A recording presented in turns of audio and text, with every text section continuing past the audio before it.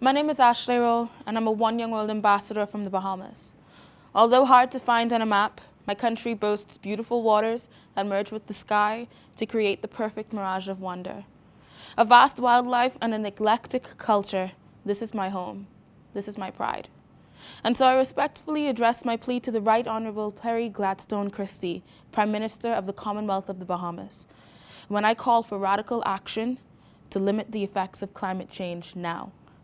In 2005, the Intergovernmental Panel on Climate Change reported rising sea levels of 8 inches, with a projected 39 additional inches by the end of the century, meaning the Bahamas will lose 80% of its landmass due to climate change.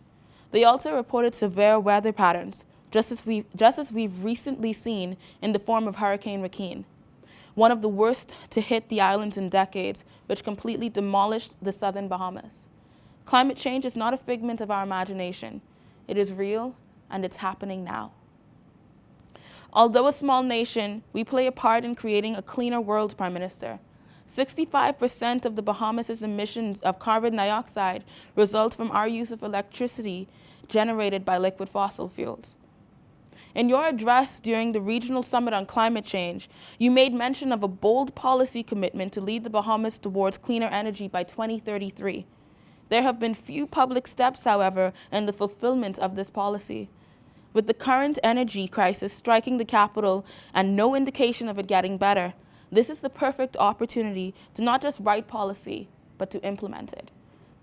I call on you, Prime Minister Christie, reduce the importation of liquid fossil fuels by enforcing alternative methods of energy found in both wind and solar. Let us begin with the devastated islands of the southern Bahamas and turn them into a model of what the country can and will look like. The cost is cheap compared to the price we will pay when our country no longer exists due to our lack of action.